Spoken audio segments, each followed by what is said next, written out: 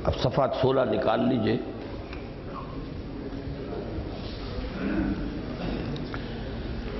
ہندوستانی مسلمانوں کی قومی سیاست مذہب سے جس تیزی سے دور ہوتی جا رہی تھی، اگر یہ بعد اسی طرح بڑھتا رہتا تو بات نہ معلوم کہاں تک جا پہنچتی۔ لیکن اللہ تعالیٰ کا بڑا فضل و کرم ہوا کہ اس دور میں چند شخصیتیں ایسی بھی ابھریں جنہوں نے اس بعد کو کم کرنے کی کوشش کی، اور اس میں انہیں کسی حد تک کامیابی بھی ہوئی۔ ان شخصیتوں میں سر فہرست علامہ اقبال کا نام ہے۔ انہوں نے مسلمانوں کی قومی تحریک میں مذہبی جذبے اور رنگ کی آمیزش کی جو کامیاب کوشش کی وہ ظاہر و باہر ہے، لیکن یہ بھی ظاہر ہے کہ وہ مذہبی آدمی ہرگز نہ تھے، لہذا ان کی کوششوں سے قومی تحریک میں کم از کم وقتی طور پر مذہبی روح تو ایک حد تک پیدا ہو گئی، لیکن مذہبی طبقات سے اس کا بعد کسی طرح کم نہ ہوا۔ ایک قومی شاعر کی حیثیت سے جب منظر عام پر آئے علامہ اقبال، ملی شاعر، قومی شاعر، تو گویا کہ اس ملی امنگ اور قومی امنگ کے اندر مذہب اور سیاست کا ایک امتزاج تھا، کم سے کم جذبے کی حد تک، نظری طور پر فلسفے کی حد تک۔ لیکن یہ کہ چونکہ وہ خود کوئی مذہبی طبقات سے تعلق رکھنے والی شخصیت نہیں تھے، لہذا طبقاتی بعد جو تھا وہ ختم نہیں ہوا، اس میں کوئی کمی نہیں آئی۔ علامہ کے ساتھ ہی ایک دوسری عظیم شخصیت جس نے ایک بار حکومت الہیہ کا نعرہ لگا کر امت مسلمہ کی عمر رفتہ کو آواز دی اور امام الہند کا خطاب پایا، وہ مولانا ابوالکلام مرحوم کی تھی۔ انہوں نے الحلال اور البلاغ کے ولولہ انگیز دعوت کے ذریعے ایک بار اسلامیان ہند کے دل میں پھر سے قرون اولیٰ کی یاد تازہ کر دی، لیکن وہ بھی جلد ہی، جبکہ ابھی ان کی زوردار دعوت کی صدائے بازگشت خود ان کے اپنے کانوں تک بھی نہ پہنچ پائی تھی، اس کام سے دستبردار ہو گئے۔ تاہم ان کی دعوت سے بھی وقتی طور پر ایک دینی جذبہ ہندوستان کی پوری مسلم قوم میں تازہ ہو گیا۔ یہ چونکہ ہم قومی سطح پر بات کر رہے ہیں، لہذا اس وقت وہ پہلو پیش نظر ہے، علمی نہیں، قومی سطح پر ایک جذبہ، ذرا عمر رفتہ کو آواز دینا، اس قرون اولیٰ کی ایک یاد کا تازہ ہو جانا، تو اس کو شعر کے میدان میں علامہ اقبال اور نثر کے میدان میں اور خطیبانہ انداز میں مولانا ابوالکلام آزاد نے۔ امام الہند کی دعوت کی گھن گرج کچھ کم ہوئی ہی تھی کہ ایک تیسری شخصیت جسے انہی کی شخصیت کا معنوی تسلسل قرار دیا جا سکتا ہے، انہیں ان کی زندگی ہی میں مرحوم قرار دے کر ان کے ترک کردہ مشن کی تکمیل کے عزائم کے ساتھ سامنے آئی۔ یہ مولانا سید ابوالعلا مودودی تھے، جو اگرچہ معروف مذہبی حلقوں سے تو متعلق نہ تھے، لیکن ان کی مذہبیت بہرحال مسلم تھی، یعنی یہ کہ وہ کوئی دارالعلوم سے پڑھے ہوئے ہوں، وہاں کی سند ہو، کسی قدیم مذہبی خانوادے کے ساتھ ان کا کوئی رشتہ اور تعلق ہو، یہ بات نہیں تھی، اس حیثیت میں نہیں، وہ تو اپنی ذاتی حیثیت میں ابھر کر سامنے آئے۔ ویسے اس میں تھوڑا سا اضافہ کر لیجئے، وہ تصحیح بھی کہی جا سکتی ہے کہ مولانا کا تعلق بھی اگر کسی درجے میں کبھی رہا ہے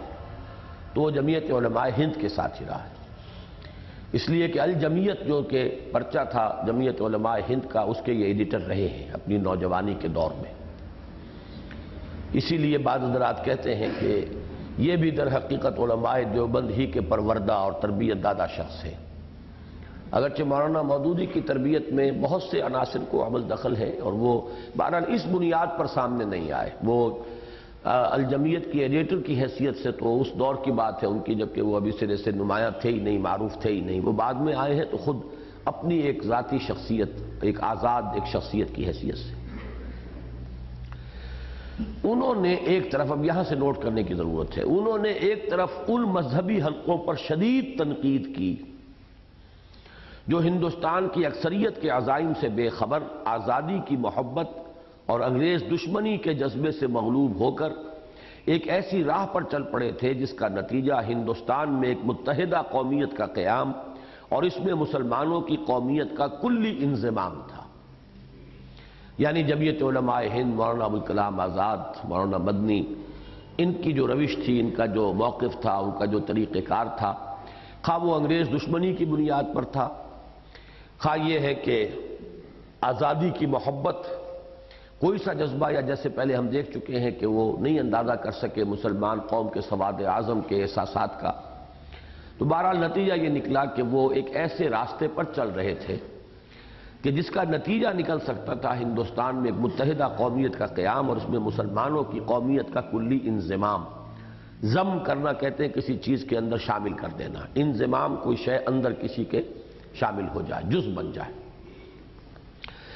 اس طرح ان کے قلم نے گویا پہلی بار مسلمانان ہند کے سواد اعظم کے دلی احساسات کی ترجمانی مدلل اور مفصل طور پر کی۔ یہ بات اپنی جگہ صحیح ہے، مسلم لیگ کے پاس کوئی صاحب قلم شخص تھا ہی نہیں، علامہ اقبال کے اشعار تو تھے، لیکن یہ ہے کہ کوئی صاحب قلم ہو، جس طاقت ہو اس کے قلم میں، پھر یہ کہ علامہ نے بھی براہ راست سیاسی مسائل پر شعر نہیں کہے ہیں، وہ تو اصولی باتیں انہوں نے کہیں۔ علامہ کی شاعری بہرحال مولانا ظفر علی خان کی شاعری تو نہیں تھی، وہ تو ہر سیاسی مسئلے پر، مرحلے پر، واقعے پر شعر کہتے تھے اور نظمیں کہتے تھے۔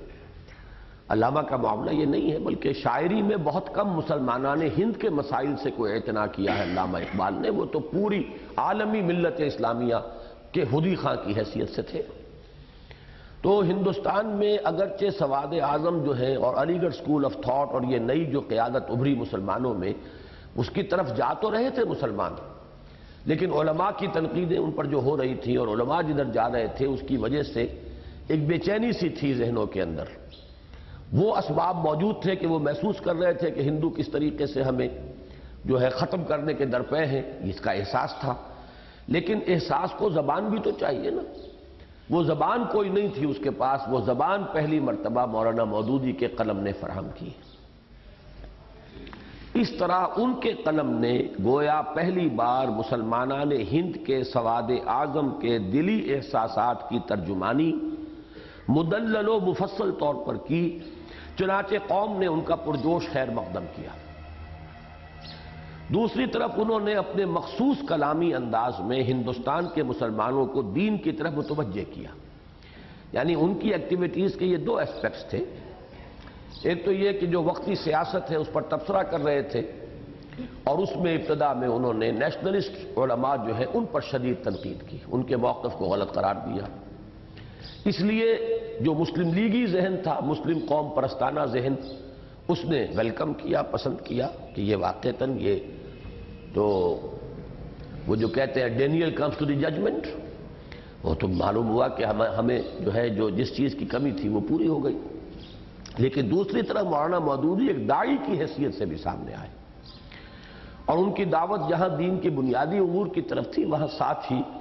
یہ جو مغربی تہذیب اور مسلمانوں کی روایات کا ٹکراؤ ہو رہا تھا،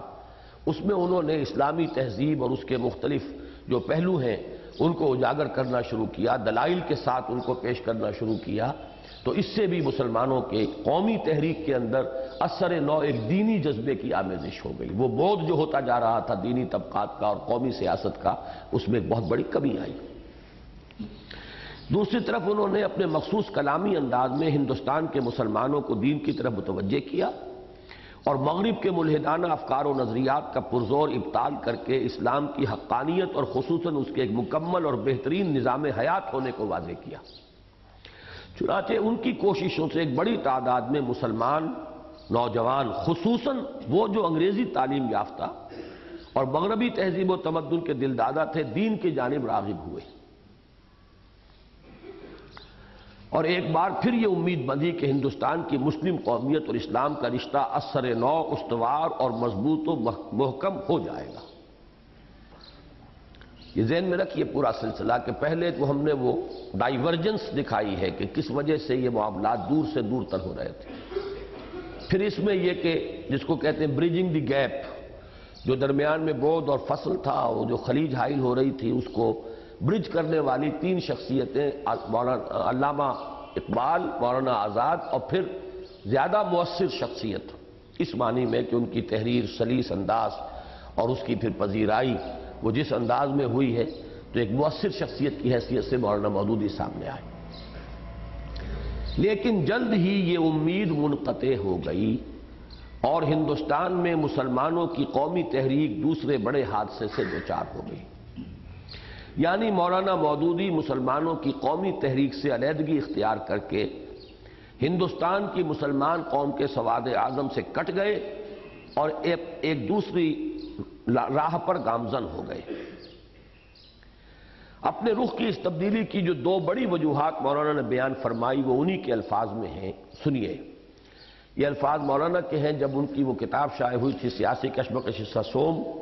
تو اس کا دیباچہ جو لکھا انہوں نے، وہ چونکہ ایک ٹرننگ پوائنٹ تھا کہ پہلے موقف میں نیشنلسٹ علماء ہی پر جو تنقیدیں کر رہا تھا، اس کے نتیجے میں گویا کہ مسلم قومیت کے جداگانہ تشخص کی حمایت کر رہا تھا۔ اب میں ایک راستہ بدل رہا ہوں تو اس کے وجہ کیا ہے، یہ خود ان کے اپنے الفاظ میں، جب کوئی شخص خود اپنی کسی موقف کی تبدیلی کے بارے میں کوئی وضاحت کر رہا ہو تو سب سے پہلے اسی کو سمجھنا چاہیے کہ وہ کہتے کیا ہیں۔ مولانا لکھتے ہیں کہ پہلی وجہ یہ تھی کہ اس نئی تحریک کے دور میں عامت المسلمین کی قیادت و رہنمائی ایک ایسے گروہ کے ہاتھ میں چلی گئی جو دین کے علم سے بے بہرا ہے اور محض قوم پرستانہ جذبے کے تحت اپنی قوم کے دنیاوی مفاد کے لیے کام کر رہا ہے۔ دین کا علم رکھنے والا عنصر اس گروہ میں اتنا بھی نہیں جتنا آٹے میں نمک ہوتا ہے، اور اس قدر قلیل کو بھی کوئی دخل رہنمائی میں نہیں ہے۔ میں دیکھ رہا ہوں کہ ہندوستان میں اس سے پہلے کبھی عام مسلمانوں کا اعتماد علماء دین سے ہٹ کر اس شدت کے ساتھ غیر دیندار اور ناواقف دین رہنماؤں پر نہیں جمع تھا۔ میرے نزدیک یہ صورتحال اسلام کے لیے وطنی قومیت کی تحریک سے کچھ کم خطرناک نہیں ہے۔ یہ الفاظ انڈرلائن کر لیجئے۔ اب اس مسلم نیشنلسٹ موومنٹ کو بھی ایکویٹ کر رہے ہیں وہ اپنے نتائج کی خطرناکی کے اعتبار سے۔ وہ جو انڈین نیشنلزم کا تصور تھا، پہلے جو بھی اس کے خلاف تنقیدیں کی تھی، اب اس کو برابر قرار دے رہے ہیں کہ در حقیقت اتنا ہی خطرناک اور مضر یہ معاملہ بھی ہے۔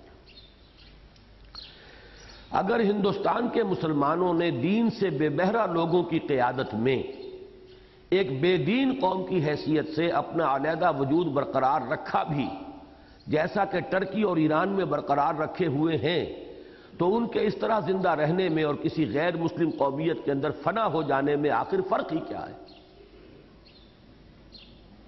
معلوم یہ ہوا کہ وہ نام کا اسلام جو بھی ہے، نسلی اسلام، نام کا اسلام، ظاہری اسلام، اس کی کوئی حیثیت، وقت اور اہمیت جو ہے مولانا مودودی کے ان الفاظ کے بقول نہیں۔ وہ بالکل ضامی ہو جائے تو کیا فرق پڑا اگر انہوں نے اپنے آپ کو ایک بے دین قوم کی حیثیت سے، جس کے اوپر لیبل مسلمان کا ہے، اگر رکھا بھی تو کیا ہے؟ اس کے بعد کا جملہ بڑا پیارا ہے، ادبیت کا حامل ہے۔ ہیرے نے اگر اپنی جوہریت ہی کھو دی تو پھر جوہری کو اس سے کیا دلچسپی کہ وہ کمبخت پتھر کی صورت میں باقی رہے یا منتشر ہو کر خاک میں رل مل جائے۔ یہ ہے وہ آئیڈیلزم جو میں نے کہا نا، جو مضمون ہم پڑھ چکے ہیں، کہ آئیڈیلسٹک پوزیشن تو وہی صحیح ہے جو مولانا مودودی نے کہی کہ اصل مسئلہ اسلام کا ہے، مسلمان کا نہیں ہے۔ مسلمان ہے اس میں اسلام نہیں ہے تو کیا فرق واقع ہوا؟ اس کے اور کافر کے اور ہندو کے درمیان کیا فرق ہے؟ لیکن یہ کہ واقعہ یہ نہیں ہے، مسلمان نام کا مسلمان بھی بہرحال لیگلی بہت فرق و تفاوت رکھتا ہے ایک غیر مسلم سے۔ تو آئیڈیلسٹک پوزیشن، ریئلسٹک پوزیشن، ایک حقیقی معاملہ، ایک قانونی معاملہ۔ تو ہوتا یہ ہے کہ ایک چیز پر جب ہماری توجہ زیادہ ہوتی ہے تو دوسری کی بالکل نگیشن کر دیتے ہیں۔ بس یہ ہے وہ جس کو میں کہتا ہوں تشدد، شدت پسندی اور جو انتہا پسندی جس کو کہا جائے، اور یہ مولانا مودودی کے مزاج کا جزو لازم تھی یہ شے۔ اور یہی چیز جو بھی کامیابیاں انہیں دنیا میں حاصل ہوئیں بظاہر، لیکن وہ کامیابی تو حاصل ہوئی نہیں کہ کوئی حکومت قائم ہوتی، ریاست اسلامی آتی، بہرحال کچھ لوگ جمع ہوئے اور وہ جوش اور جذبے والے اور ایک منظم جماعت، اس میں ان کے مزاج کا بڑا